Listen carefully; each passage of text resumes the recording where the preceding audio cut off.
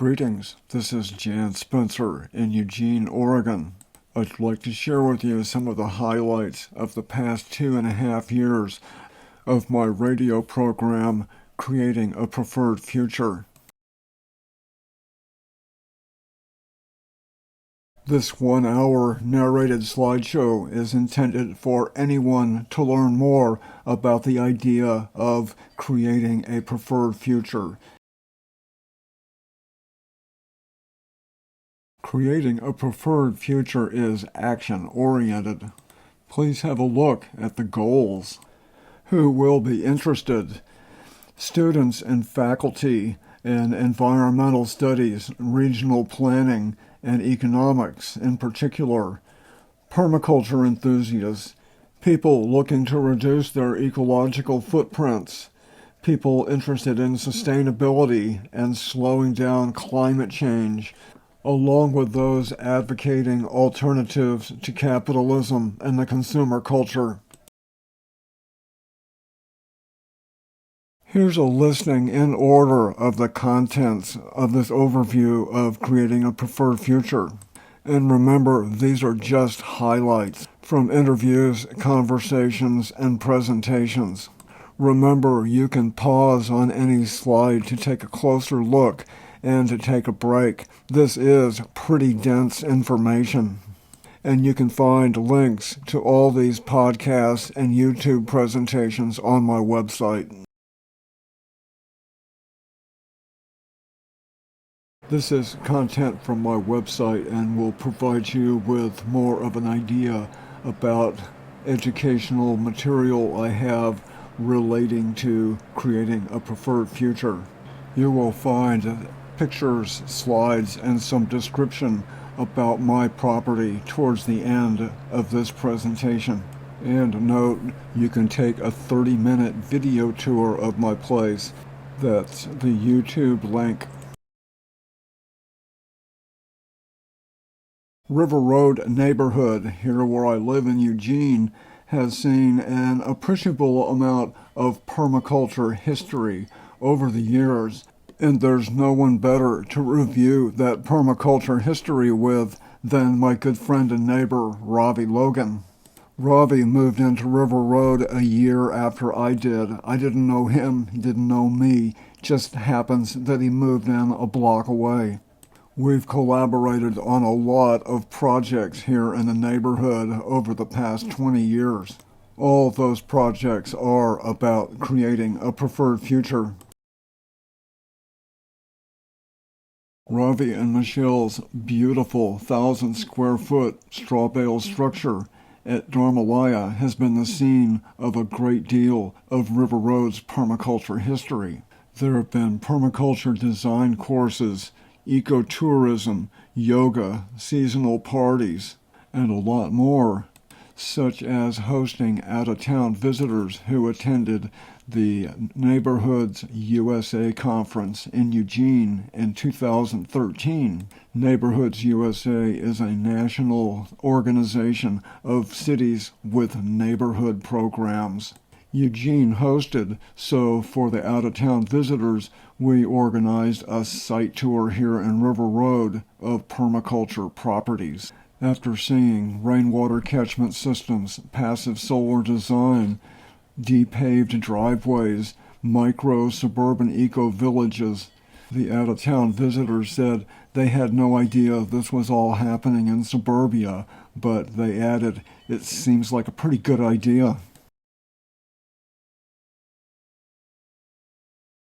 Over the years, we've had dozens of permaculture site tours in the neighborhood.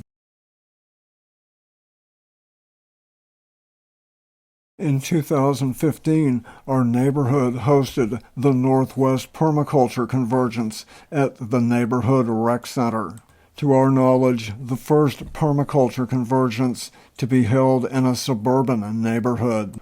We had 35 presentations, plenary sessions, a series of meetings for people specifically interested in permaculture in neighborhoods. We had an outdoor expo with a bookstore, kid space, nonprofit area, skill sharers, and that was free and open to the public. The neighborhood site tours drew 50 to 75 people. The east side of our neighborhood is the Willamette River, and there's a public greenway along the river. It's a semi-natural area and a bike path. Different areas in the greenway have been adopted by people who live in the neighborhood. We have written agreements with the city to make improvements on the property, such as removing invasive species and planting natives. My own particular agreement with the city is to look after a 65-tree filbert grove. In a preferred future, citizen volunteers will be needed to help maintain public space, and that's a part of building civic culture.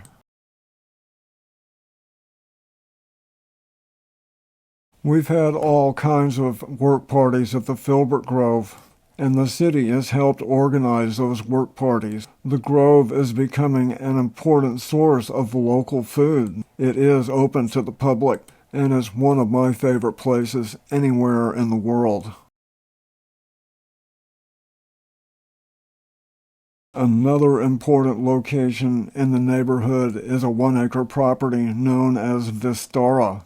We've had all kinds of neighborhood events and celebrations. The property used to be overgrown by blackberries, and now it's a micro-suburban eco-village. Ravi and I went on for an hour about the history of permaculture in our neighborhood.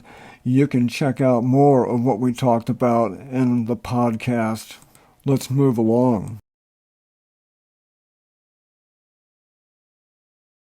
I very much enjoyed a conversation with University of Oregon City and Regional Planning Professor Mark Schlossberg.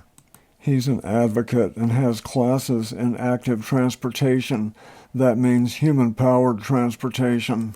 Mark described taking students to Amsterdam and Copenhagen so his students could see what serious city and regional planning for bicycles really looks like. Mark was also part of the inspiration for a group of University of Oregon students who initiated a project with the city of Eugene to build a curb-separated two-way bike path between downtown Eugene and the University of Oregon about a mile away.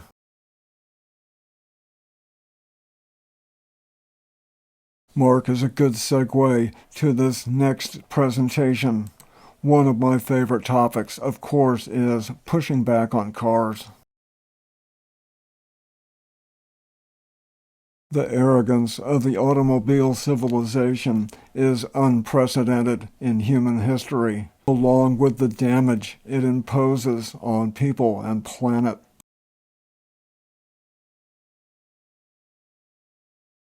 Virtually every innovation in transportation has allowed people to live further from where they meet their needs and where they work. And of course, that curve of distance traveled steepens remarkably with the advent of the automobile. The interstate highway system started in the mid-1950s further steepened the curve of automobile use. The interstates were also known in larger cities for bulldozing minority neighborhoods so white suburban commuters could reach their jobs in their offices downtown.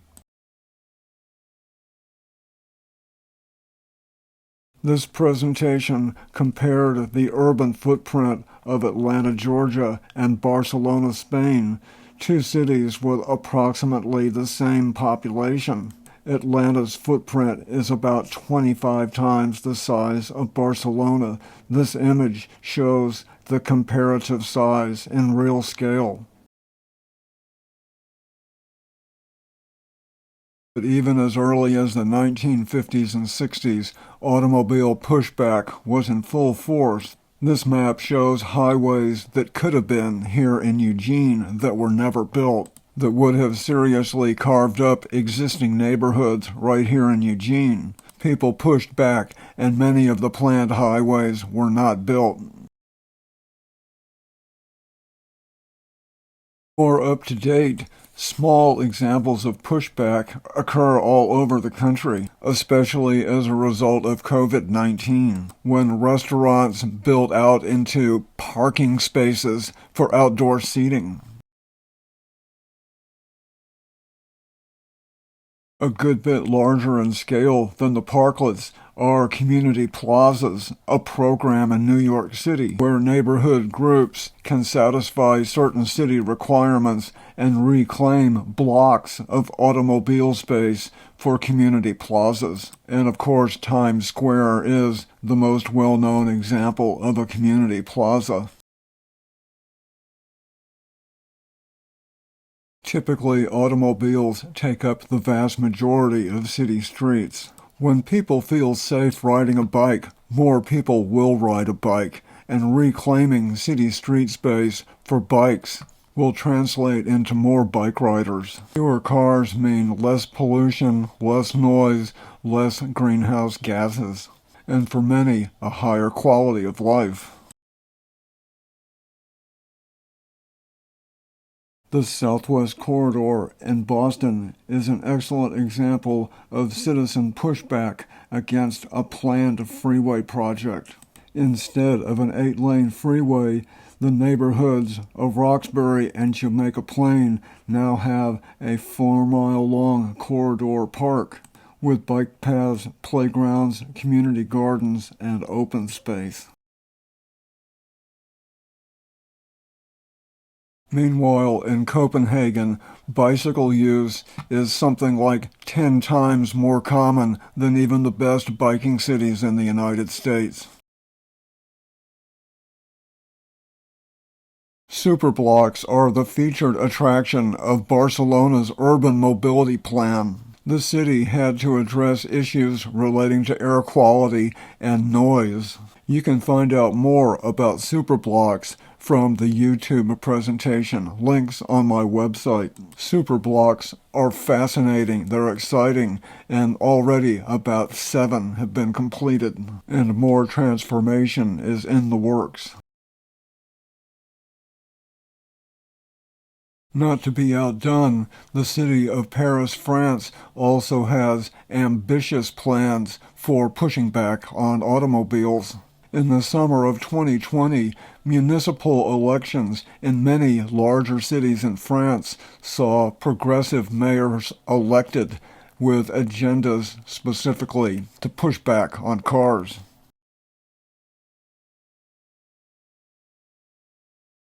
The city center of Groningen, Holland is off limits to cars. If you want to go visit friends on the other side of downtown, it's easier to walk or bike. To take a car would take far longer. The intention with this design is specifically to make cars inconvenient on behalf of a more livable city. Okay, that's enough about car pushback. You can find out more from my website and also online.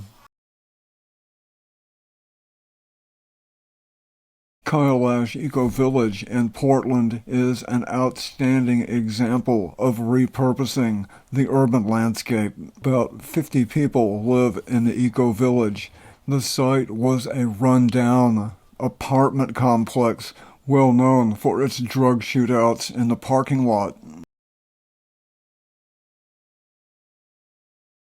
Ole Erson and his wife Maitre own the property. This is not co-housing, it's a rental. So this experience of Ecovillage is affordable to people of modest means. There are minimum requirements for participation in community projects, but most people would live here because they want to be involved.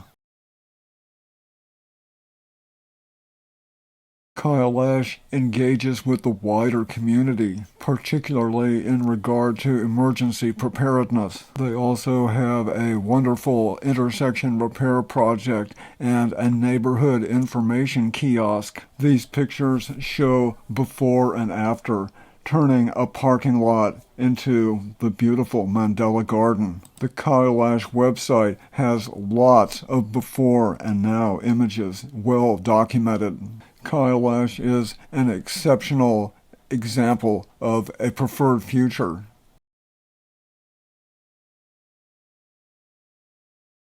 Joel Magnuson is a not-so-conventional economist in Portland. His gentle and understated speaking style find their way into the way he writes his books, such as Mindful Economics and the Approaching Great Transformation. These are two of Joel's books. Joel finds inspiration in economics from spiritual sources, such as Buddhism. Joel is not involved with our 42nd Avenue, but our 42nd Avenue Economic Development Corporation in Portland is a great example of the kinds of economics Joel describes in his book. Another important episode of Creating a Preferred Future was key terms and concepts. 3 of those concepts and terms are key leverage point, alternative metrics, and One Earth living. Let's take a short, closer look. These are all important. A key leverage point is a place in a system where a given amount of effort to influence that system has its greatest effect. If one considers the challenges of our time, economic, social, political, environmental, even spiritual, doesn't take a leap of understanding to recognize that overconsumption of resources and energy, people buying and using too much stuff, is the common denominator. The podcast, of course, goes into more detail, but essentially, changing our economic system, changing our own personal lifestyle behavior is the key leverage point to address all these issues all at the same time. Of course, one can say, good luck with that. True enough, it's not a popular idea, but what's popular with humans just may not work for the natural world. And of course, that's what we're seeing, reading about in the paper every day. A One Earth lifestyle is an ecologically mindful lifestyle that addresses the issue of overconsumption of energy and resources. The One Earth lifestyle is key leverage point in action. A great way to assess one's lifestyle is by measuring one's ecological footprint. The footprint calculator at footprintcalculator.org is a great way to gain an idea of what your personal ecological footprint looks like. The calculator asks a lot of questions about your lifestyle, because each aspect of a person's lifestyle does have an ecological and a social footprint. There are lots of questions with the footprint calculator about food, transportation, buying habits, and of course the one here is about what is your living situation? What kind of a place do you live? How many people live there? So at the end of the footprint calculator survey, you are given a result, and that result will tell you how many planet Earths would it take for everybody in the world to live like you. I wouldn't say the footprint calculator is perfect, but it's a really good way to become acquainted with just how unsustainable our lifestyles are, and also gives us an idea where we can make changes in our own lives. The map shows, not surprisingly, that the ecological footprint of the average American exceeds the ecological footprints of any other major country in the world, even affluent countries in Europe or Japan or Australia.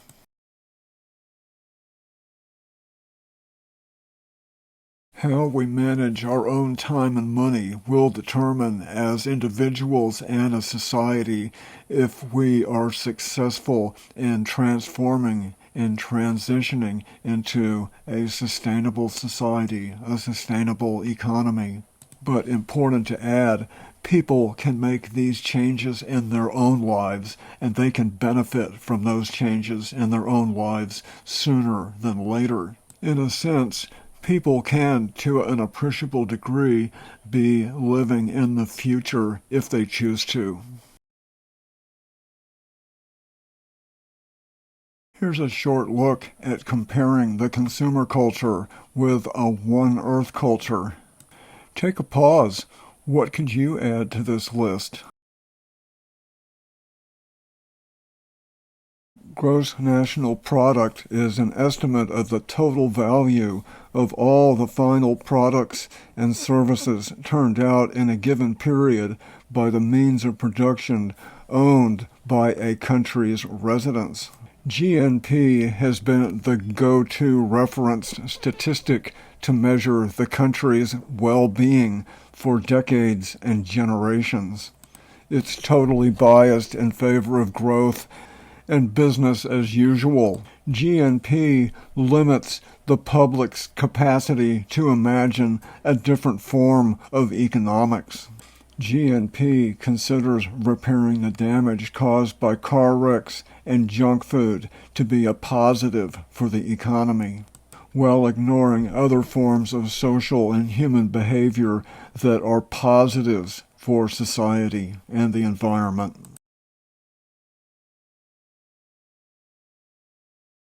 This graphic shows alternative metrics that provide a more honest and realistic and holistic way to measure a society's well-being, such as living conditions, participation in the community, education, the environment, happiness.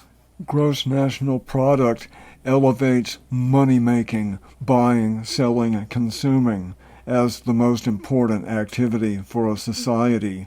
Alternative metrics can serve us well to help educate the public about health and well-being, and could lead to more people considering that perhaps capitalism is not the best available economic system for people and planet. You can find more information about key leverage point, One Earth lifestyle, and alternative metrics on my website.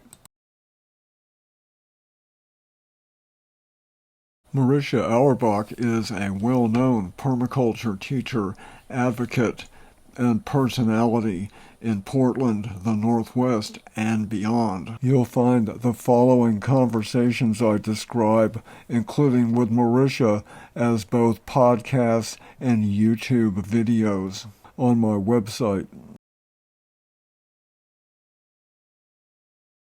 Marisha and her partner Zane have accomplished a great deal of permaculture transformation on their small suburban property. They have a small ecological footprint. They produce a lot of their basic needs on site, thanks to those small eco-footprints. Marisha has home-based businesses propagating plants and selling veggie sets. She also consults and teaches what she knows to interns. Marisha shares a divine business with fellow permaculturalist Andrew Millison. Pictured here, their website will tell you about their services.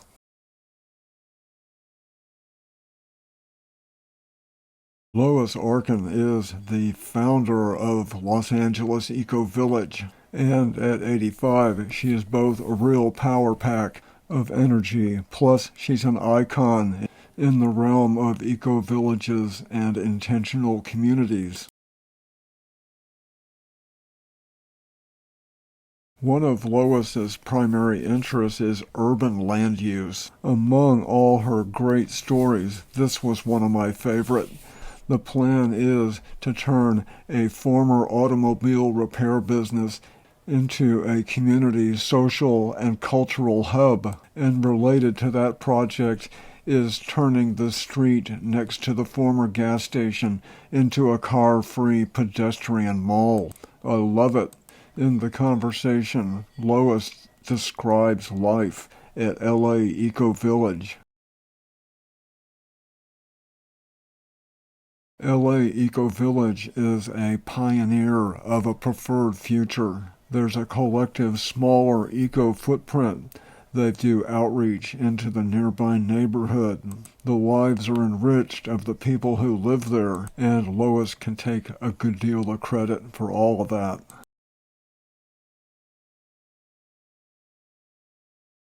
The mission of the Onondaga Earth Corps is to empower youth to be active participants in creating positive change for their communities and the environment. That's the mission statement of the Onondaga Earth Corps on their website. I had a wonderful conversation with Yvonne Chu and Tay Stinson, both staff members of Onondaga Earth Corps.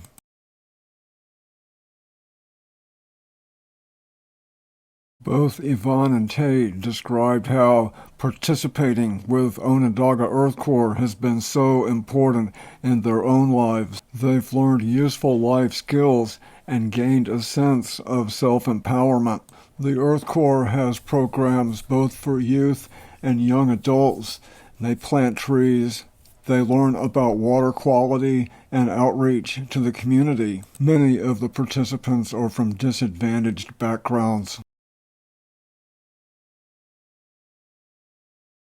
The Earth Corps has presented new opportunities for many of its participants they could not have imagined before. It's changed lives, while enhancing the well-being of the community and the natural environment. That's a pretty good combination. You can find out more by listening to the podcast and seeing the YouTube video with pictures.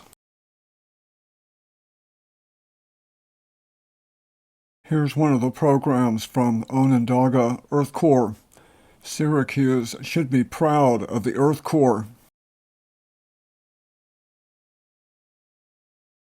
The conversation with Tay and Yvonne made me think, wow, wouldn't it be wonderful if every city had a conservation corps, an Earth Corps, a youth corps for public service, and a place where kids could learn valuable skills that benefited themselves, the environment, and the community. Empowered and motivated young people could be a big assist for helping to bring about a preferred future.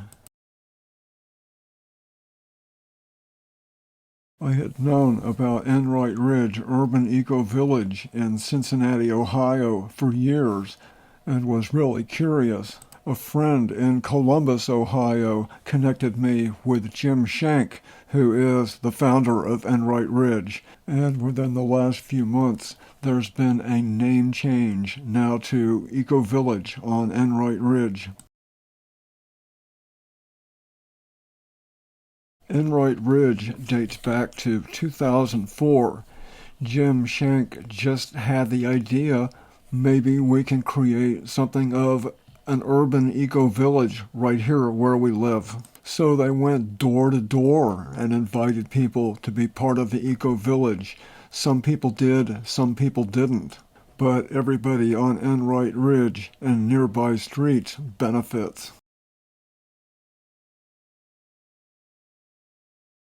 Guiding principles for the eco-village include an ecocentric view of Earth reflected in the principles of deep ecology. Also, the practice simplicity to enrich life and reduce personal impact on the planet. And third, a dedication to knowing and protecting the unique places where you live.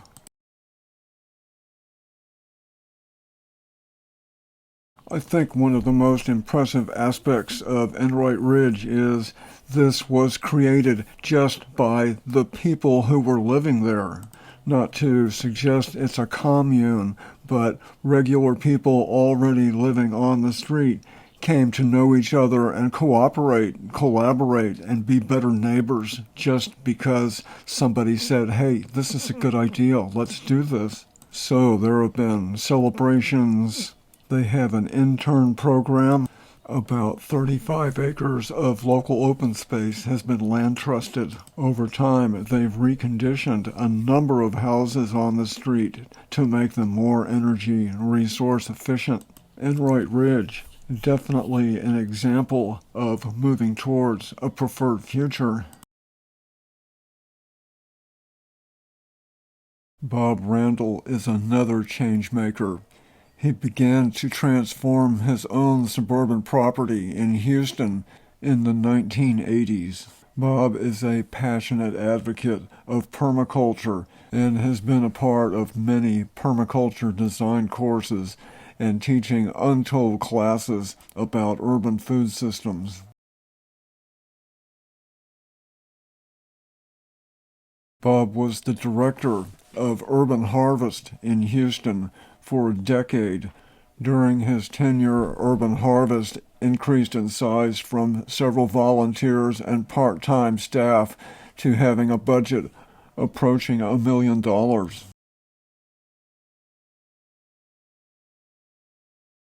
Urban Harvest organizes a gigantic fruit tree sale every winter in Houston to raise money for the organization.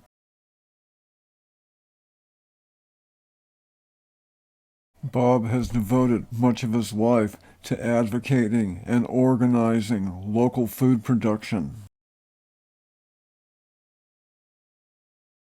Sunil Patel in Asheville, North Carolina, is a pioneer of farming suburbia.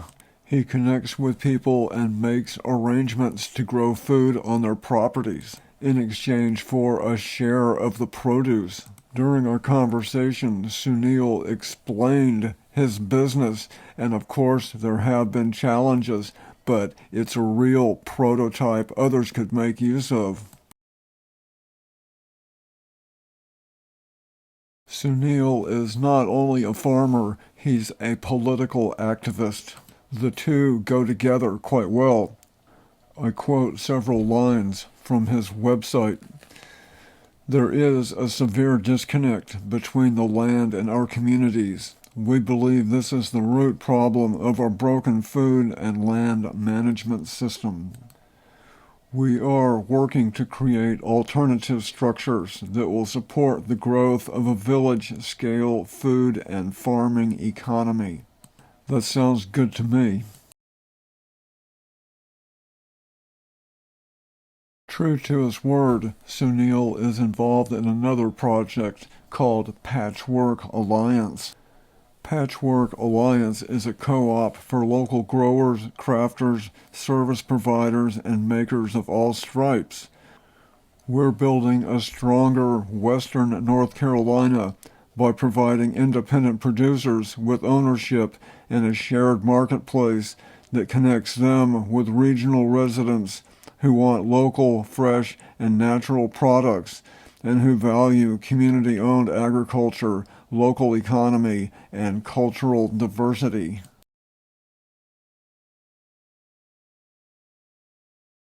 Allies, Assets, and Actions is the title of a presentation I made that's now located on YouTube. Allies, Assets, and Actions has to be one of the most important topics related to creating a preferred future. Allies and actions are any type of community, organization, entity, ad hoc group, even businesses, neighborhood associations.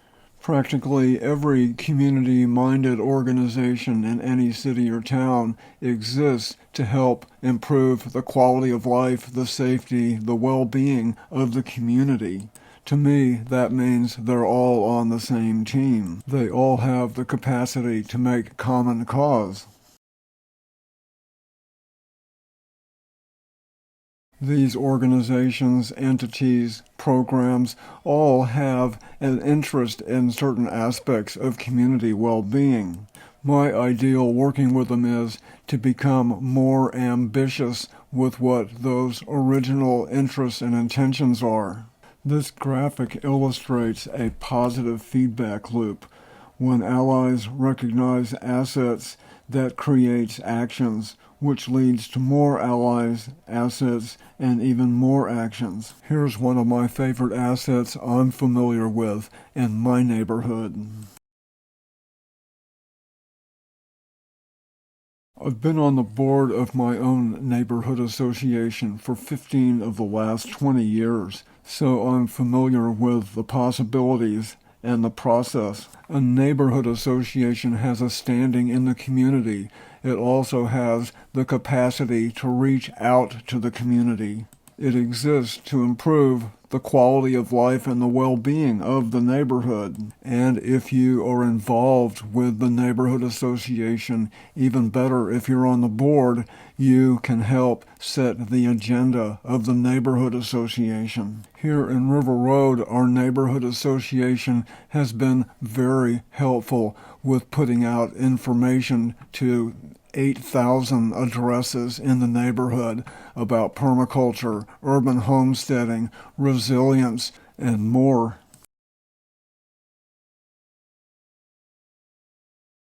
Permaculture is a wonderful example of an asset. Permaculture is a design system. It's a philosophy. It's a way of looking at the world. Permaculture is a set of ideals and ethics that can help us design systems for taking care of human needs in ways that are friendly to people and planet. One of my favorite nonprofit activist organizations anywhere is City Repair in Portland, Oregon. City Repair is all about placemaking, that is, empowering people to transform ordinary places into special places. These special places create community, interest, and show people care about where they live. City Repair is an enormous asset and its ally, and it's empowered into action countless people, not just in Portland, but in many places all over the country.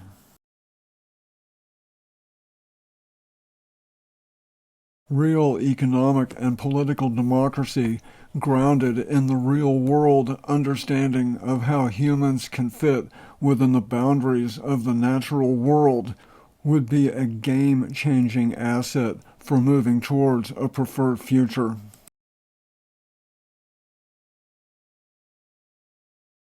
For sure, the story of creating a preferred future is all about the story of allies, assets, and actions. Place is a community hub and meeting space in Oakland, California. This from their website. Place is a community hub that nurtures physical gathering space for the community. This hub allows people to see regenerative solutions in practice and gain access to the knowledge and resources to empower them to take action in their own lives, their neighborhoods, towns, cities, and bioregions. I enjoyed a very informative conversation with Place representatives Veronica Ramirez and Jonathan Ute. They've both been at Place from the beginning. Place volunteers and organizers have turned a former cement-cutting business into a beachhead for creating a preferred future. Place is an art and maker space. It's an event space. It's also a place that shows what appropriate technology can look like. Place is an excellent example of allies, assets, and actions. Place honors diverse backgrounds, paths, and lineages. Place respectfully acknowledges they are on Ohlone Chochenyo native land. Place is deeply committed to a decolonized vision of community and connection to one another and our planet. I enjoyed a lively conversation with micro-housing advocate Sherry Schultz. Micro-housing, of course, a great way to reduce one's ecological footprint. At the time, Sherry was living in a location that had interesting aspects of micro-housing. She had her own room and bathroom, but shared living space and a cafeteria with about 40 other people, and she loved it. A preferred future, living within its ecological boundaries, means a lot of changes to shelter, food, transportation, and just about everything else. I had chats with 3 friends here in Eugene who live in what might be called non-conventional alternative residential arrangements. Those locations are Duma, Maitreya Ecovillage, and East Blair Housing Co-op, and all 3 have their own unique identities. Duma is a large residential house. There's about 9 bedrooms. There's a full basement. And over the years, Alan Hancock, the owner, has made wonderful enhancements to the property. Myself and many others have greatly enjoyed watching the transformation over the years. Out front along the sidewalk are 2 notable placemaking projects, a place where you can write poetry and a place where you can kiss. Duma is a cooperative. People take turns cooking. They buy food together. There is a lot of intentionality there. And of course, that leads to reduced ecological footprints. I love the kitchen. It's like a natural food store. Alan describes life at Duma, and what he describes sure fits in to my vision for a preferred future. Maitreya Ecovillage is a project by my friend Rob Bowman. This has been going on for maybe 25 years. Rob is a visionary, and there's a good deal of natural building as well. The area is a bit less than 2 acres, about 15 blocks west of downtown Eugene. There are a number of buildings, some older, some newer, some built up, about 35 residents. In the conversation, Rob describes the history and what it's like living in the eco-village. There is a social and ecological aspect to life at Maitreya Eco-Village. Most eco-footprints are pretty modest, and of course a good deal of food produced here as well. There have been some interesting interactions with the city over the years, and Rob explains in the conversation. One former member bought a property next door and took down the fence. Good stories, highly recommended. East Blair Housing Co-op is located in the Whitaker neighborhood of Eugene. As a neighborhood, Whitaker has a reputation for being non-conventional and a little bit outlaw, so East Blair feels right at home. East Blair was founded as a legal co-op in 1982. East Blair is self-managed, and generally it's for low-income residents. The co-op owns about 8 tax lots in 3 chunks you can see here.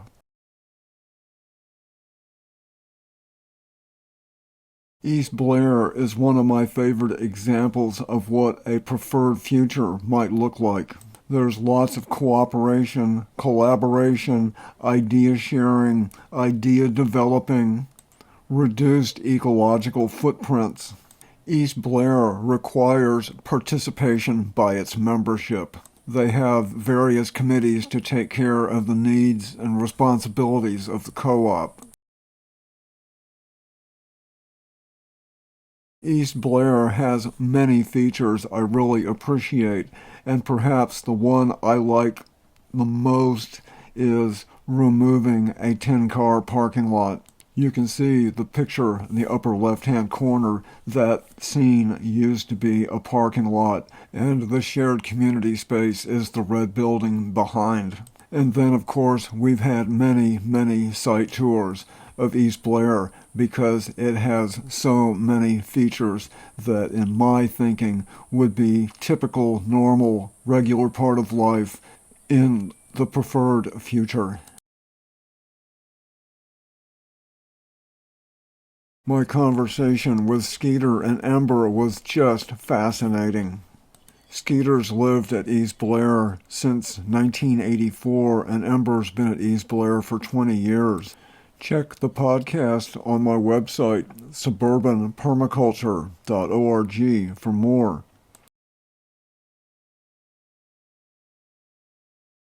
Paul Wheaton has a significant resume as a permaculture influencer and advocate. He lives near Missoula, Montana. I enjoyed the conversation with Paul a great deal.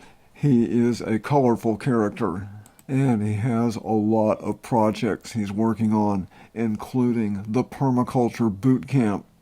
The boot camp is a remarkable opportunity for people to learn all kinds of useful skills relating to permaculture, homesteading, and reducing ecological footprints.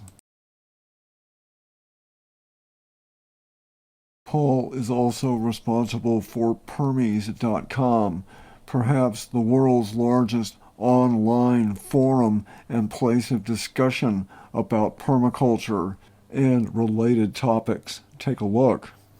Paul also is working on another project, and that is to connect people who have farms and are retiring with people who are young and would love to become a farmer. That's the SKIP program. I would love to see Paul come up with another program, something like somehow he could clone himself. You can learn more on the podcast.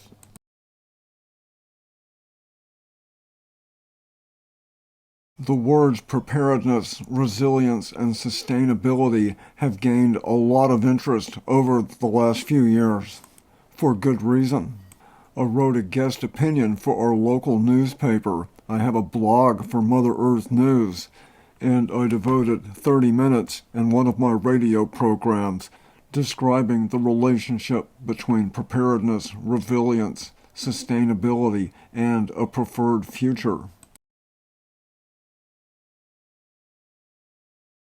Certainly, there are different conditions and circumstances to be prepared for. Humans can't take much credit for earthquakes and volcanoes, but there are reasons many people practice preparedness, and many of those issues, many of those concerns are human-created, such as wildfires and climate change, diminishing water resources, the prospects of mass migrations.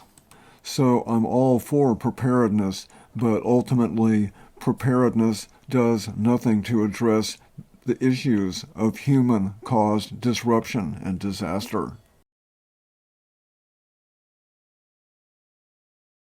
The writings, the guest opinion, the podcast all explain how people interested in preparedness already have some of the basic qualities for being interested in resilience and sustainability, and those qualities come down to self-preservation for themselves and for their families and friends, reducing eco-footprints and moving towards a preferred future would make our lifestyles, homes, and communities more prepared, and at the same time mitigating many of the conditions that we already know will contribute to the prospects and likelihood of disruption and disasters.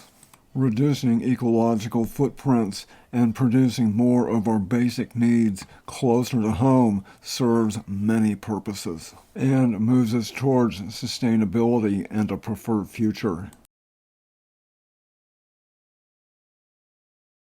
Ultimately, it's capitalism and the consumer culture that are at the core, at the base, the reason for this discussion about a preferred future, and as just mentioned, the reason for the existence of thousands of local, national, public interest organizations. The podcasts and YouTube presentations make frequent reference to capitalism and the consumer culture, so let's just take a little closer look. Of course, you can listen to more of my podcasts and YouTube presentations, and of course, people have written books about this exact same topic. There's lots of opinions, but there certainly are some common denominators to most of these criticisms of capitalism and the consumer culture. And this critique will lead directly to a short look at possible futures, and then a short look at what I've been doing here on my own quarter-acre property here in Eugene. And we are on the home stretch of this overview, creating a preferred future. The graphic sums up my opinion of capitalism and the consumer culture. Capitalism can call on a number of mythologies, and the magic hand of the marketplace is one of them. Please pause and just take a closer look.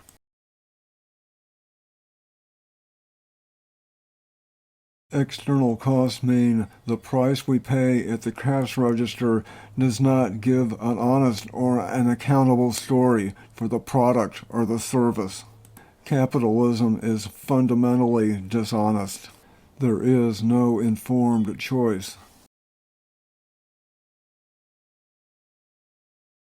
In terms of efficiency, capitalism is the opposite.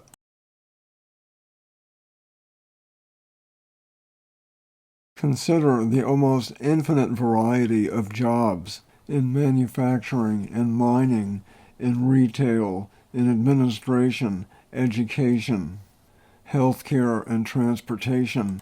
Tens of millions of jobs exist to repair the damage caused by tens of millions of other jobs.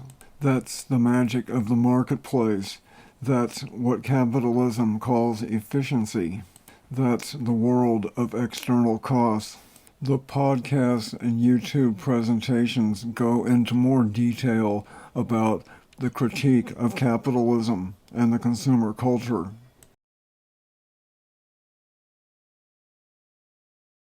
What will it take to say enough? And what can saying enough look like in the real world? That's what creating a preferred future is all about. Remarkably, even the mainstream media is beginning to question capitalism and the consumer culture.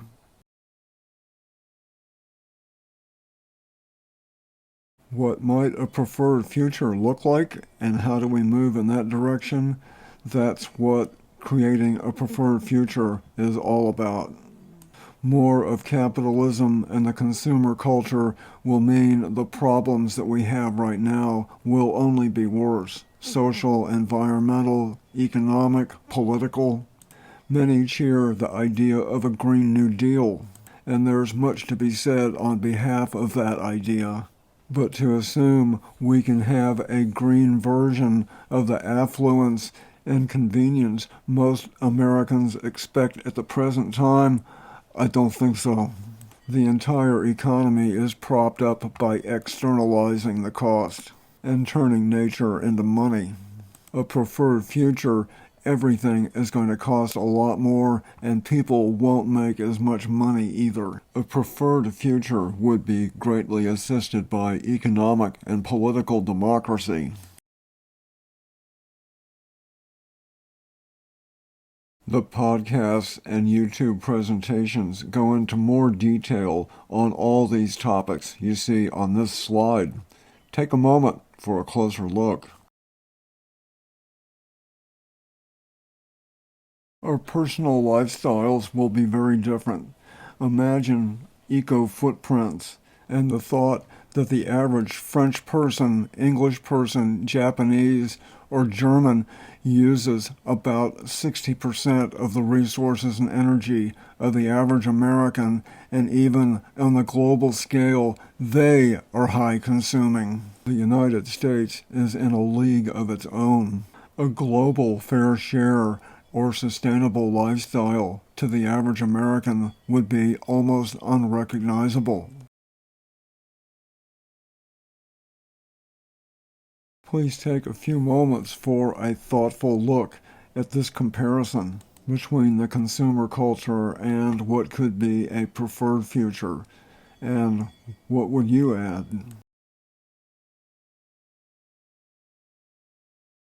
Americans can be exceptional. Learning to live within our ecological boundaries can bring out the best in us. The transformation of my own quarter-acre suburban property, along with my own personal lifestyle, is an effort to move towards a preferred future, to reduce my ecological footprint. Have I done enough? That's hard to say. I don't really know, but it is, for sure, a significant movement in a positive direction. So let's take a short look. And of course, the podcast and the YouTube presentations have much more information to share. I bought my place 20 years ago, and the intention from the start was to do a permaculture makeover. And that means reducing eco footprints and producing more basic needs on site. This graphic shows what I've done with my quarter-acre property. North is to the right. Take a minute for a closer look.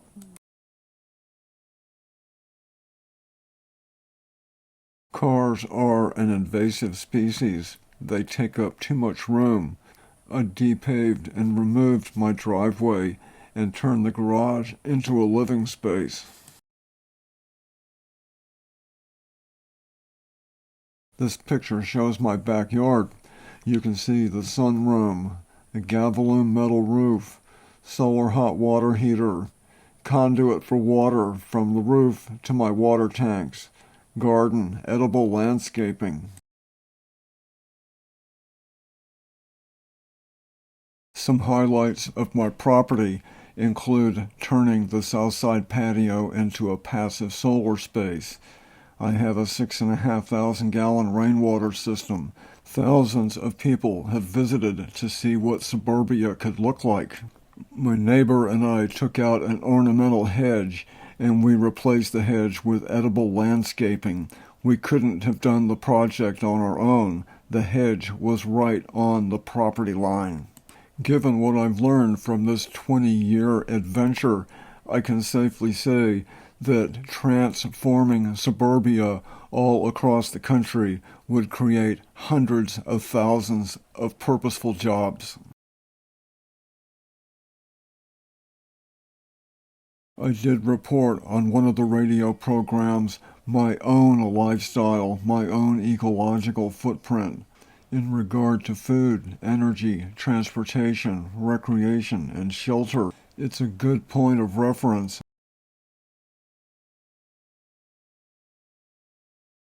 I devoted an entire radio program and a YouTube presentation to the topic reaching out to a wider audience on behalf of a preferred future.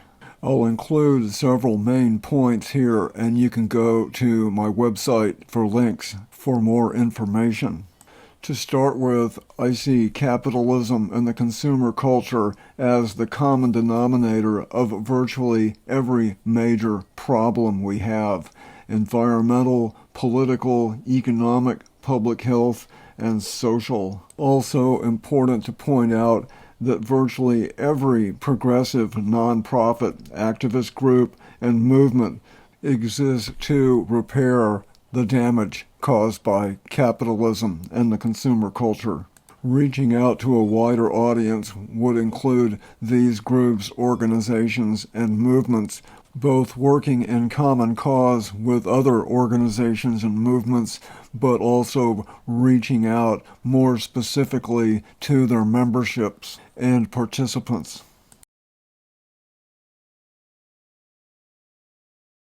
This slide shows only a few of the categories of organizations. There are literally dozens more of categories, and then literally hundreds, if not thousands, of organizations that all are addressing essentially the same issue. Whether they would realize it or not, they are addressing the problems caused by capitalism and the consumer culture.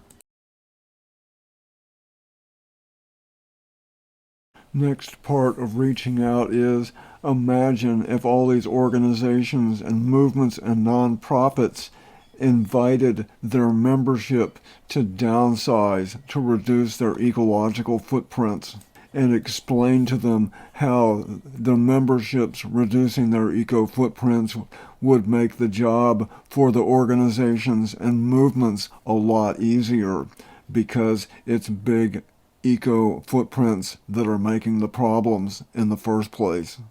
And then imagine organizations like the Sierra Club, the League of Women Voters, or 350, and movements like Black Lives Matter. Imagine they all provided their memberships and supporters with information, examples, and models to show them what moving towards a preferred future looks like. Examples and models just like what you're seeing here on this 1-hour production. Creating a preferred future is all about repair, transformation, and regeneration. We have untold allies and assets to work with, including perhaps our greatest renewable resource, positive human potential. Thanks for your attention. This has been a lot of information. I did have a difficult time choosing what to include in this short 1-hour production. There's a great deal more where this came from.